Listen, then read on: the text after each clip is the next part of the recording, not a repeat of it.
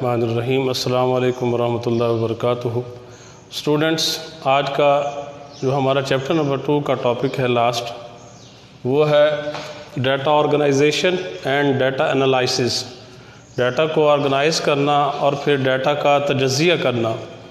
तो इससे पहले कि हम इसे डिटेल से पढ़ें, आप ये देखें कि डाटा किसे कहते हैं। तो डाटा की डेफिनेशन ये है, data can be defined as the information such as names, dates or values made from observations and experimentation। Data से मुराद वो इंफॉर्मेशंस हैं, जिस तरह नाम हैं, डेट्स हैं या कोई वैल्यूज़ हैं जो मुशाहिदात या तजुर्बात से हासिल होती हैं। तो ये जो डेट्स, वैल्यूज़ और नेम्स वगैरह हैं, इन्हें डाटा का नाम दिया जाता है। अब डाटा को ऑर्गेनाइज करना और डाटा को एनालाइज करना, ये जो हमारा बायोलॉजिकल मेथड है उसमें इसके एक स्पेसिफिक इम्पॉर्टेंस है। सबसे पहले देखते हैं डाटा ऑर्गेनाइजेशन। डाटा को ऑर्गेनाइज किया जाता है in the form of graphics, tables, flow charts, maps and diagrams. Data को तरतीब दिया जाता है मुख्तलिफ फॉर्मेट्स में, जिस तरह ग्राफ बनाकर, टेबल्स बनाकर या फ्लो चार्ट्स बनाकर, नक्शे बनाकर या फिर डायग्राम्स के ज़रिए। इसका फ़ायदा ये है, it ensures the quality of experiment. ये तजर्बे की जो क्वालिटी है उसकी यकीन दहानी कराता है डाटा ऑर्गेनाइजेशन। इसके बाद है डाटा एनालिसिस। डाटा एनालिसिस जो है ये इसलिए किया जाता है कि ये नेसेसरी है टू प्रूव और disprove a hypothesis by experimentation, कि किसी भी मफरूज़े को, हाइपोथेसिस को प्रूव या डिसप्रूव करने के लिए तजर्बात के ज़रिए डाटा को एनालाइज किया जाता है।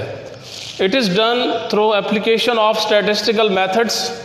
शुमारियाती तरीके दो हैं, उनके ज़रिए डाटा जो है ये एनालिसिस किया जाता है। इसका रेशो और प्रोपोर्शन। रेशो की डेफिनेशन ये है कि when relation between two numbers, for example a and b, is expressed in terms of quotients a or b, it is called the ratio of one number to the other। इसे जो है ratio को column के ज़रिए यूँ भी लिखते हैं या फिर इसे यूँ मेंशन किया जाता है a रेशो b। इसी तरह जो प्रोपोर्शन है उसकी डेफिनेशन ये है, proportion means to join two equal ratios by the sign of equality. दो रेशोज हैं, ए रेशो बी, इसी तरह सी ratio D.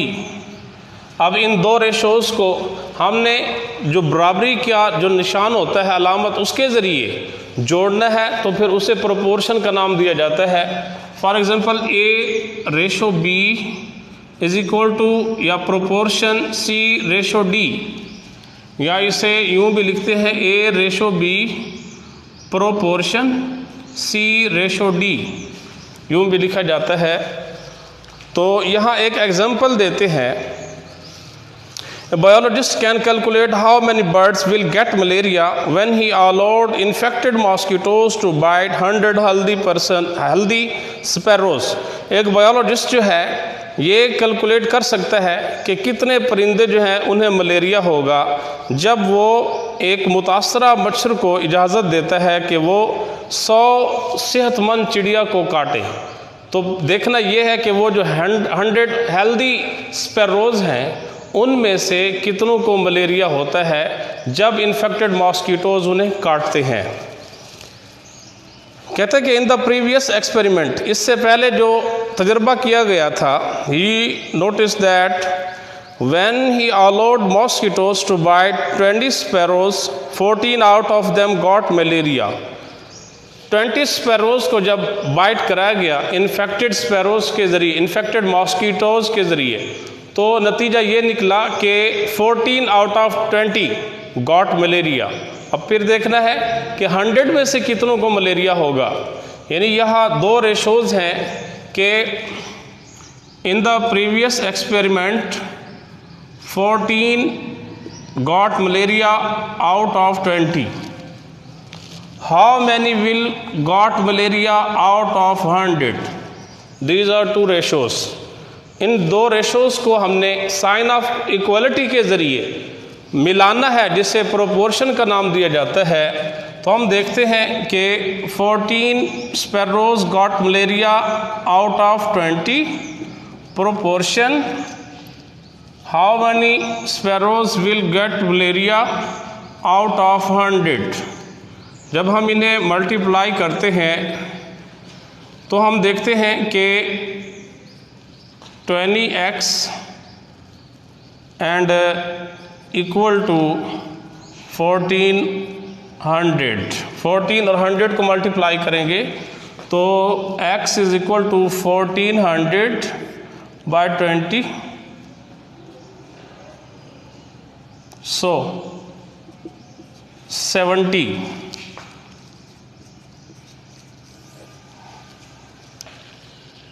14 got malaria out of 20 and 70 sparrows will get malaria out of 100.